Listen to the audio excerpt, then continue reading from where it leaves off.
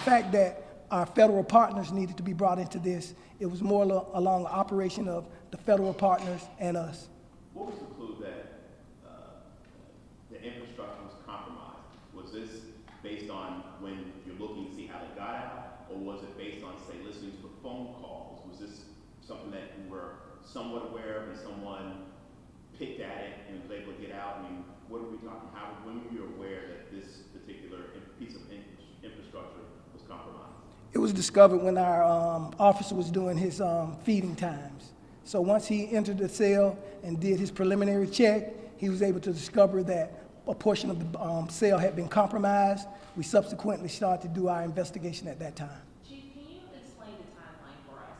So you guys figured out that these 3 men were missing sometime overnight, but when did you actually notify the public? Because, I know different news outlets were calling to say, hey, can you confirm this? And do you believe the fact that the public was not made aware earlier that it could have put people in danger? It's our assertion that the public was made aware as soon as we were made aware. Now we had probably a small amount of time where we had to assess what we actually had. You just can't go out there and start to sound the alarm without figuring out what you have. The difference between the time that they exited the facility and the time that we got onto it, there was some distance in between there because of the activities that were going on. If you know about a jail, we executed one activity, then we come back several hours later or, and do our next round. So that's the distance that people may think that we didn't notify anybody, but you have to understand that there's not an omnipresence in that cell. So that's the gap there. Then once we realized in that amount of time that they were out or that they subsequently were missing, then we had to figure out if they were still in the building somewhere, and then figure out, once we figured out they had exited the building, then that's when we went forward with alerting the public. How long was that gap though? I think it probably was about 4 hours, but like I said, there was a lot going on in between that. Chief, do you have a general statement about safety? I understand that the sheriff did say that the jail is now secure, and you are going to be implementing some things to make sure that this doesn't happen again. But since the jail is now being secure, has anything been implemented already? Okay, we repaired the area that was compromised, and we're looking at other areas that are similar to that to fortify them to make sure that they're not compromised in the same manner. That's the thing I can tell you right now.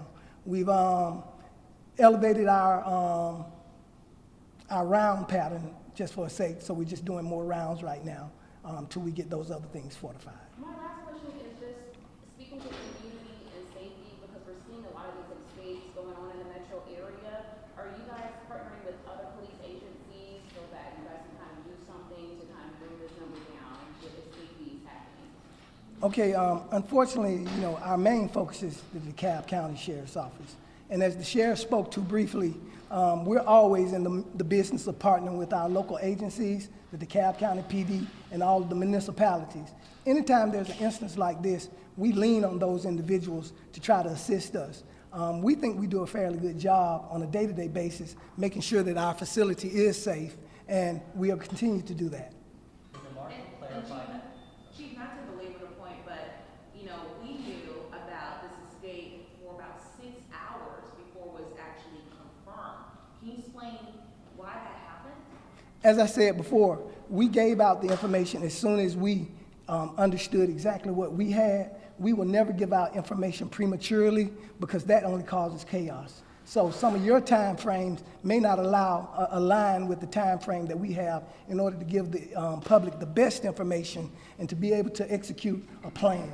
So those are the differences. But what we will stand on is the fact that we always have the DeKalb County citizens, the citizens of the metro Atlanta area, and the citizens of Georgia at our forefront of our thought process. And we're gonna always get the information out at the best time that we can do so. Sometimes that won't align with what the public wants, sometimes that won't align with what the media wants, but I guarantee you it aligns with what the situation dictates. Was anyone hurt while these guys were out? Not in our, to our knowledge.